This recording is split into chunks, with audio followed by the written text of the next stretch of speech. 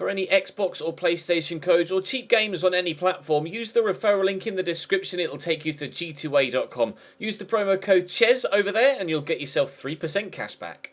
For all No Identity merchandise, hats, hoodies and t-shirts, follow the link in the description down below to the No Identity Fan Fibre website. Hey guys, welcome to episode number 12 of the Roma Career Mode here on FIFA 18. We have Feyenoord to start us off, although as you can see from the league table in the Champions League, they haven't necessarily had the best of times in the Champions League this season. 5 games played, 5 defeats, and rather heavy defeats at that, only scoring 3 goals and conceding 15. Of course, the last time we played them, we won by 7 goals to 1, hence why their goal difference is so bad, and why ours, well actually, isn't that much more superior than PSG's, because they tend to not concede goals, whereas I tend to concede quite a few. But still, we are second in the group. We have the chance to go top if Sevilla beat PSG. But I think because PSG beat us in the first game of the group stage, then it would go to them regardless of our goal difference. I'm not sure. I think it's done on head-to-head more so than goal difference, isn't it? Regardless, though, we will end the Champions League group stage today, and then we push into the next game, which is against Cagliari in just over a week's time. No game day on this particular weekend. Don't know whether there's an international break. I hope not, because occasionally you do get injuries in international breaks. But that little bit of a break does give the chance for a couple of injured players to get back into the swing of things. But as was the case with the previous Champions League game, oh, actually, to be fair, because there's such a gap, I don't need to start a weakened team, do I? I'll still start a rotated side. But we'll play Feyenoord and Cagliari today, and then hopefully, by the time we get out of the January transfer window, this cold and flu will have effed off, because my throat is still red raw. I can barely breathe through my nose, and commentating for any prolonged period of time is particularly difficult. So 2 games today, 2 games tomorrow, Spal and Juventus, 2 games after that, Chievo and Sassuolo. Then we'll be into the January transfer window, where we normally play 2 games per episode anyway because of the transfer stuff that's going on. And then, fingers crossed, by the time we get to February, I'll be better.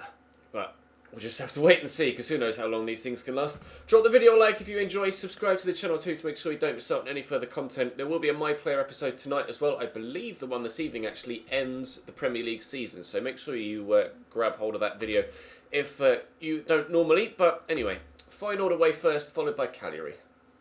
And into Florenzi, across to Frail. Good touch and turn. I've got Sanabria starting up top. And we'll look to play the 1-2, and De Frel is in, and De Frel scores. After 3 minutes 57 seconds, we lead away from home against Feyenoord. We scored 7 against them in the first game. Will we be replicating that here in the second game against them in the group stage? Really nice finish from De Frel. Hasn't scored that many for me this year, but it's his second in the Champions League, and it's given us a great start here away from home in the Netherlands.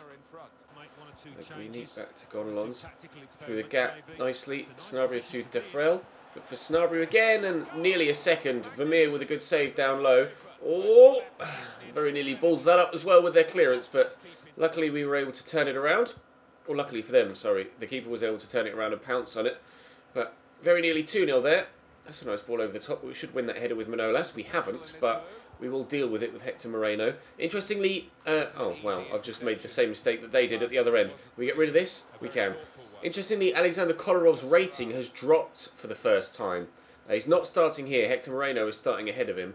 But I did notice when setting the team up, I've overhit that, haven't I? That Kolarov's rating has gone from 80 down to 79. So in January, it will be one of the priorities to move Kolarov on and maybe replace him. But as we mentioned in the previous window, obviously we brought in Fred in central midfield rather than a centre-back. We do still have a number of centre-backs at the club, but if I can move on Federico Fazio as well, then I definitely will bring in a centre-back replacement. But Kolarov, probably best to be moved on in the upcoming January window. But in either tomorrow's or the episode after that, we will have a look in more detail at the squad and just kind of give you some initial transfer window thoughts and have a look at how much money we've got to spend and how much we could raise by the sale of other players.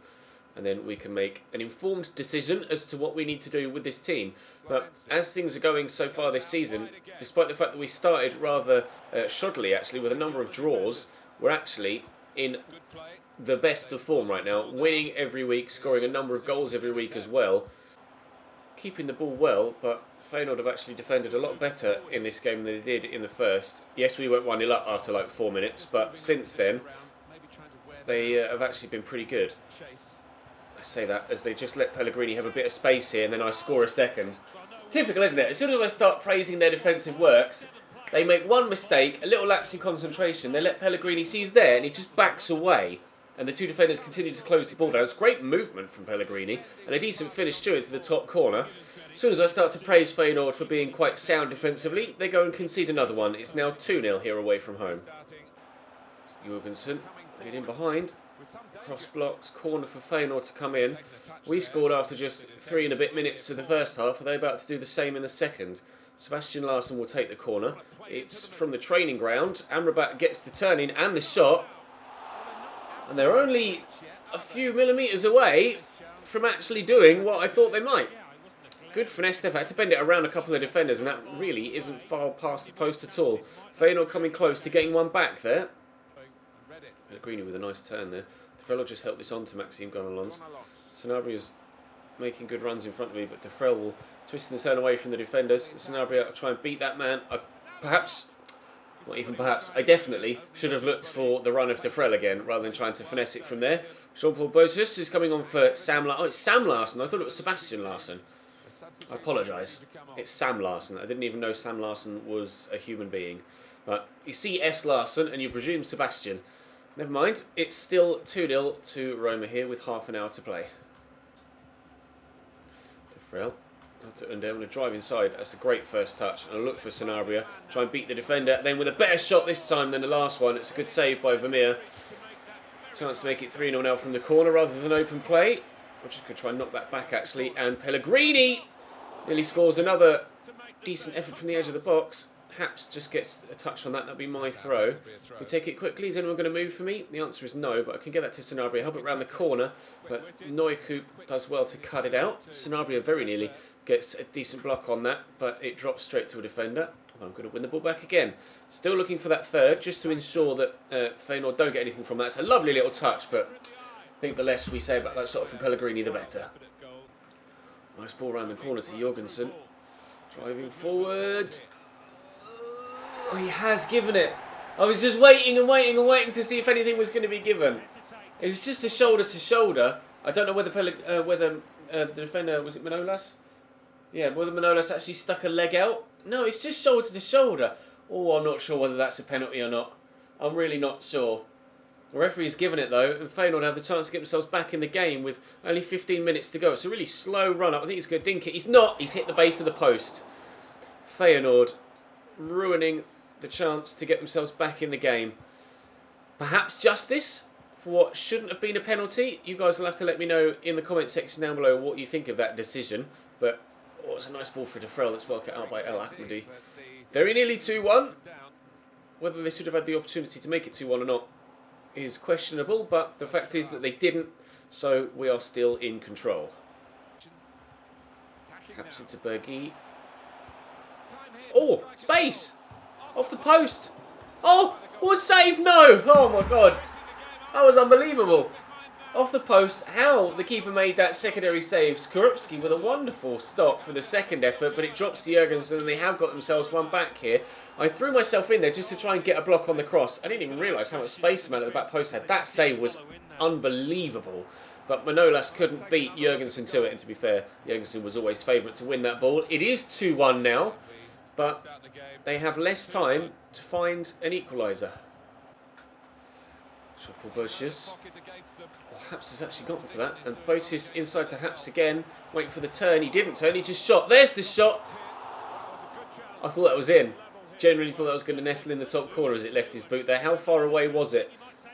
Oh, it was always bending away. That is desperately unlucky for Feyenoord, looking for their only point of the Champions League group stage, and in the very last moments of the final game, they very nearly got it. They might still actually, as that header was misplaced. Jorgensen across to Jean-Paul Bozius. Back to Jorgensen. Skorupski with the save. It's only his second appearance for me, I think, this season, but he's made a couple of top draw stops in this one. Oh, but I still can't stop them from getting the goal. Fair play, Feyenoord. Fair play. You are going to get yourselves a point from the Champions League group stage. Congratulations. It's going to be second place only for us in the Champions League group this year.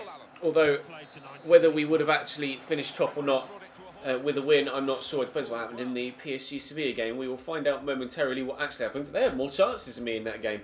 And Sevilla lost to PSG anyway, so the Parisians would have topped the group regardless. So never mind. We finished second in the Champions League group.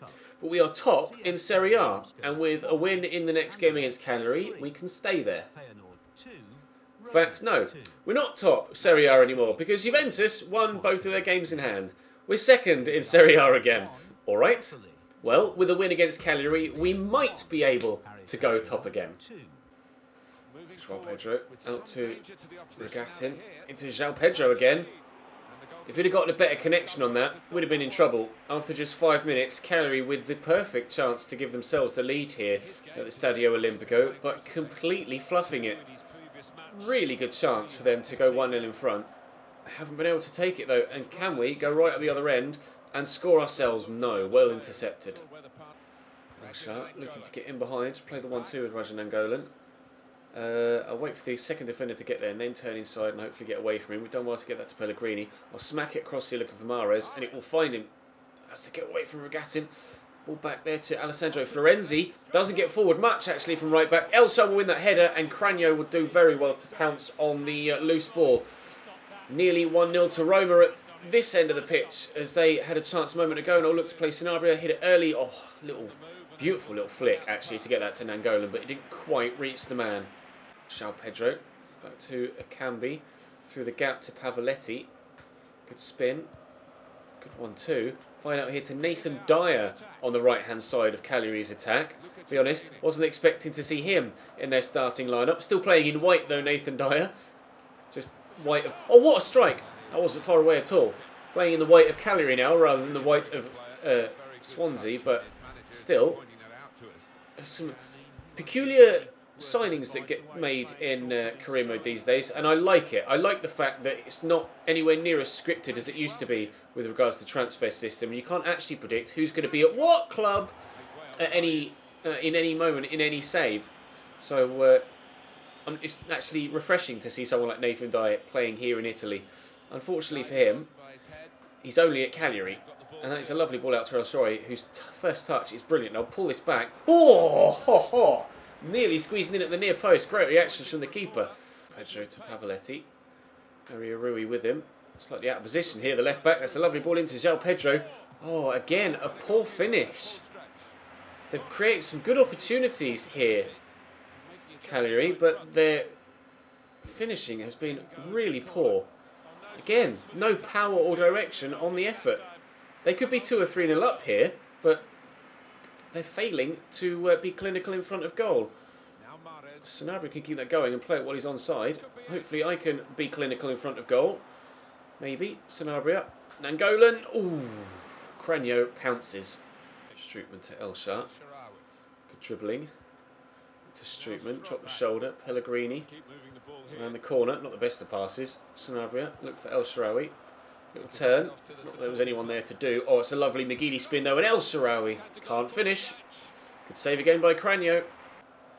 Dyer down the right. Early ball in. Up goes Manolas. Oh, hello. Pavoletti with a cheeky little dink. That was not supposed to be thrown there. That was supposed to go all the way out to Riyad Mahrez. And it's cost me a goal as well. Cheers then, Alisson. I appreciate that, mate. I can't say they don't deserve the goal, but the manner in which it's come about is particularly frustrating. I've tried to throw that to Riyad Mahrez, who's up there, you can see, and he's just thrown it straight to Florenzi, who's got a man with him. That's a great finish, but he should never have had the opportunity. Kill me. 1-0 Cagliari. Angolan. Sanabria. Raj is going again. The amount of times he just lays the ball off and just sprints forward at full pelt. I'm not entirely too sure how he's been able to keep possession there, because I think that was aimed more at the defender than it was him. But I'll get this to El Shaarawy. We'll try and spin. That's a great turn. I've still got loads of people around me though, but El Shaarawy might not need anyone. Oh, he doesn't! Stefan El Shaarawy has done that all himself. Great spin there, and then turns inside the next defender, and a lovely finesse effort. The keeper very nearly keeps out. It always looks so much more impressive when it comes down off the underside of the bar like that, doesn't it? Really unfortunate for the keeper not to get enough on it to get it over the top. But after just 3 minutes of being behind, we're level again. Pellegrini, quick turn. Wasn't actually that quick, but Nangolan. I see the run. Oh, what a ball. Mario Rui for 2-1. Can't finish it off. Cranio has made some good saves in this game. What a ball, though. What an unbelievable through ball. Mario Rui really unfortunate not to make it 2-1 just before half-time. Struttman brings that down well. Manolas I will not shoot with. On this space here for Florenzi, though. And we are going to make it 2-1. He's just onside there, Florenzi, after taking the corner. Drifts back to join the defensive line. And in so much space, they've just switched off. Manolas obviously doesn't have very good shooting, but there's so much space there for Florenzi. That number 3 there just tucks in. In fact, tucks in too far and even leaves Sanabria on his own. But good finish from Florenzi, although he does have decent finishing. And after being behind after 38 minutes, we're in front before the break. Letty through there to Regatin. Pushes me off well. Oh, I missed the tackle with Manolas. Pavoletti across here to João Pedro. The 1-2. The finish, yes! In yesterday's episode, I said, I have a bit of a problem. I can't stop scoring. Which is true. We also pointed out that I tend to concede a lot of goals. And, well, today's episode is, again, proving exactly that. 2 goals conceded in each game so far, and there's still 35 minutes to be played. I'm not sure whether he's very fast or not. He's gotten away from me well, though. Pavoletti with a turn. And he's burst through the gap. Pavoletti, Manolas says no. It's going to drop to Regatin. Away we go, please.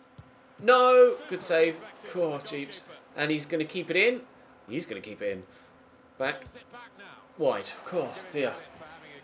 Moreno knocks that down well. Let's go back out wide this way to El Shaarawy. We've got 3 defenders back there that are just in the way.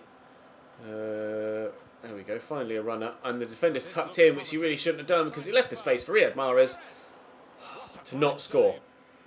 Cranio has been great for them in this game.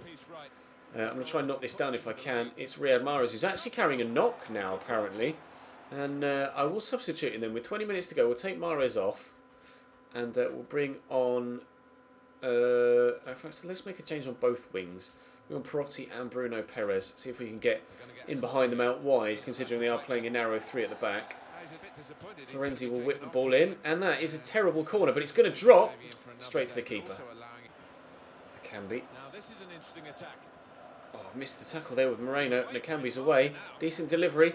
Mario Rui underneath it, but it's dropped to Akambi again, who's in the box. Got options for a cross. He goes for the shot, and thankfully Florenzi will clear that as it dropped free.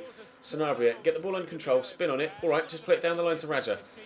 Come on, Nangolan. Come on, Nangolan. Just accelerate all the way around him. Chiapatelli can't deal with the pace. Nangolan with a cross around the corner, and Perotti. Oh, Cranio again.